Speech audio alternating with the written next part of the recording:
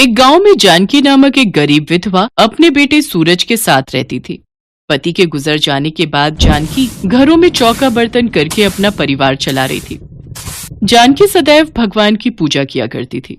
उसके घर में ब्रह्मा विष्णु महेश त्रिदेवों की एक फोटो थी, जिसके आगे वो हर सुबह उठकर दीपक जलाया करती थी और नियम पूर्वक जो भी रूखा सूखा बनाती वो भोग लगाकर ही खाती थी। सूरज था तो छोटा पर समझदार बहुत था। वह अपनी माँ को अक्सर ऐसा करते देखता था।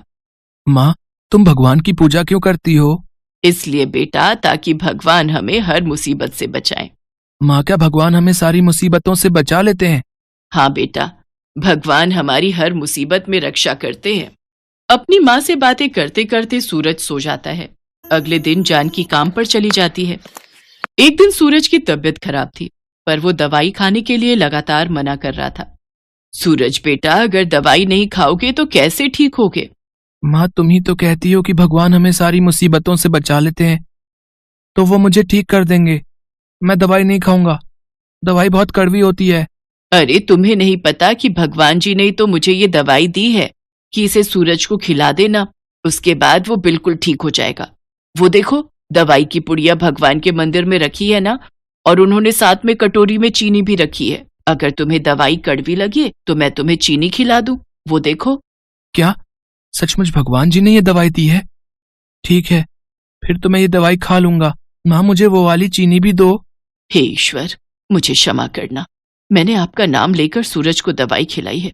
मैं जानती हूँ आप मेरे बच्चे को जल्दी ठीक कर दोगे। हे पालनहार, हे ब्रह्मा विष्णु महेश, आपकी सदा ही जय हो। दवाई खाकर सूरज ठीक हो जाता है। माँ, भगवान जी की दवाई से तो मैं बिल्कुल ठीक हो गया। मुझे बहुत जोरों से भूख लगी है, मुझे दाल चावल खाने हैं। माँ, अच्छा बेटा, आज मैं तेरे लिए दाल चावल ही बनाऊंगी। जानकी उस दिन सूरज के लिए दाल चावल बनाती है। जानकी भगवान को भोग लगाकर सूरज को खाना देने ही लगी थी कि तभी गांव का मुखिया आ जाता है। जानकी, कर्जे के बाकी बचे हुए रुपए तो कब तक लौटाएगी? तूने अपने पति की बीमारी के लिए मेरे से 5,000 रुपए लिए थे, जो अब ब्याज के साथ 15,000 हो चुके हैं। मुखिया जी, आप चिंता मत करो, मुझे कुछ महीनों की मोहलत और दे दो, मैं आपका सारा कर्जा चुका दूंगी। ठीक है, 15 दिन बाद 5,000 रुपए दे देना। बाकी के बचे हुए पैसे 2-3 महीने के अंदर लौटा दे। इतना कहकर मुखिया वहां से चला जाता है। जानकी परेशान हो जाती है कि वो इतनी जल्दी रुपए कहाँ से लाएगी।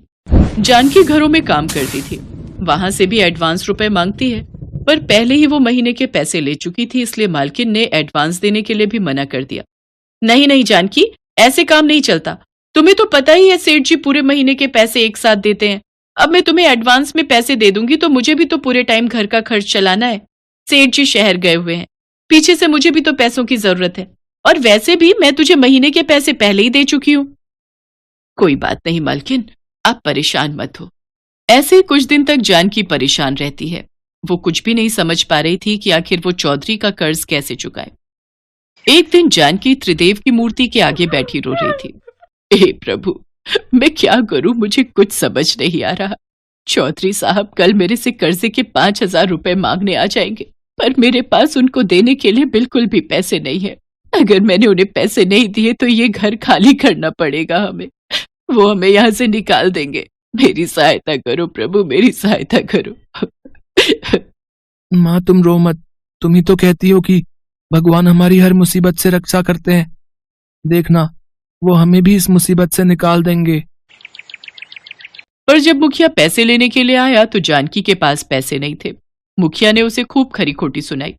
जानकी, मैंने तुझसे कहा था कि तू कर्जे के 5,000 रुपए तैयार रखना, पर तूने ऐसा नहीं किया।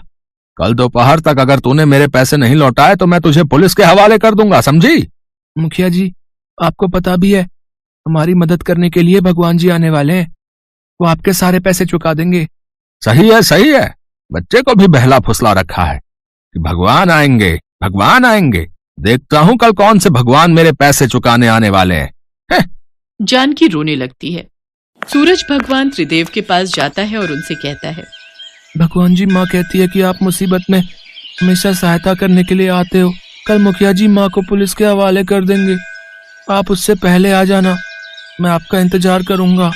सूरज भगवान के आगे रोने लगता है और उसकी दर्द भरी पुकार ब्रह्मा विष्णु महेश तक पहुंचती है। हे नारायण, महादेव, मासूम सूरज की करुण पुकार सुनकर मेरा हृदय द्रवित हो गया है। ब्रह्मदेव, सूरज हमें मदद के लिए पुकार रहा है। जानकी ने सदैव हमारी पूजा और अर्चना की है।